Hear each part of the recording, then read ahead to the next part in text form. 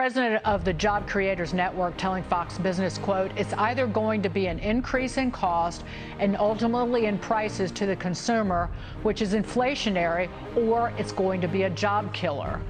Joining me now, Texas Congressman Roger Williams. He's a member of the House Financial Services Committee and vice ranking member of the Small Business Committee. Congressman, you've got a lot of ego to think, and I'm talking about Manchin and Schumer, to think that they could push this through and people wouldn't see it for what it was. And that's harmful to business, job creation, and our standard of living. No, it's just hammers small business in Main Street. I mean, as you know, Dagan, 75% of the workforce, 75% of the payroll is from small businesses. And when you look at this and you look at they're raising taxes, you got 86,000 IRS agents. That's a good message to small business.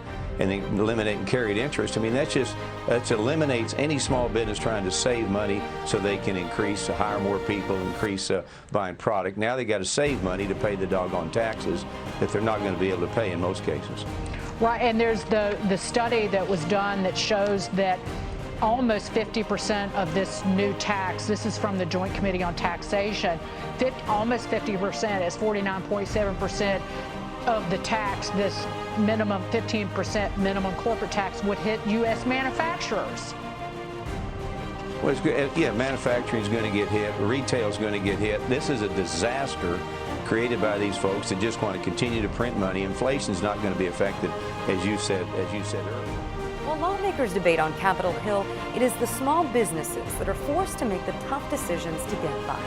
We continue our coverage with ABC 10 News reporter Sophia Hernandez, who's live in City Heights. And Sophia, business owners tell you that they're feeling the effects in different ways.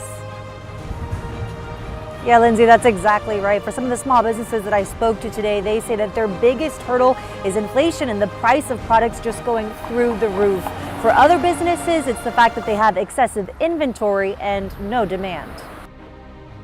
Everything's gone up, and it's just hard for the clients. Lutisha Greer has been in the hair business for 33 years. Her hair replacements are a necessity for many, but the cost to make them has been going up.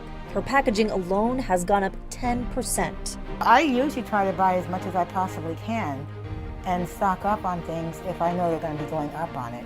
During the pandemic and now, Greer continues to see customers, but tries not to pass along the high prices. Honestly, I take the hit myself because these people have been coming to me for so long, and as long as I can balance it out with myself. But other businesses haven't been as lucky. We were sold out basically for all of 2020 and all of 2021. We ordered a whole bunch of product in those years. That product is now arriving finally, but the demand has really gone down. Brian Pate says he's had to raise the prices of his bikes because the cost for him to purchase them went up 25% and shipping went up $7,500. We can survive the next 18 months, work through our inventory, get our cash position back to where it needs to be. We're going to be golden. According to a recent Goldman Sachs 10,000 small businesses survey, 93% of participants said they fear a recession within the next year. 86% say inflation, supply chain, and workforce issues are negatively impacting business. Everything's gone up so much, and it doesn't seem to me like it needs to be. I think it's like a trend. Everyone's following the whole trend of putting things up when sometimes it's not even necessary. While some businesses say they plan to power through, others hope internal changes might help customers come to the door.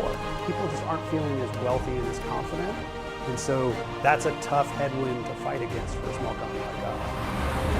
Now, Pate says right now their focus is on marketing and reminding consumers about the benefits that their products provide.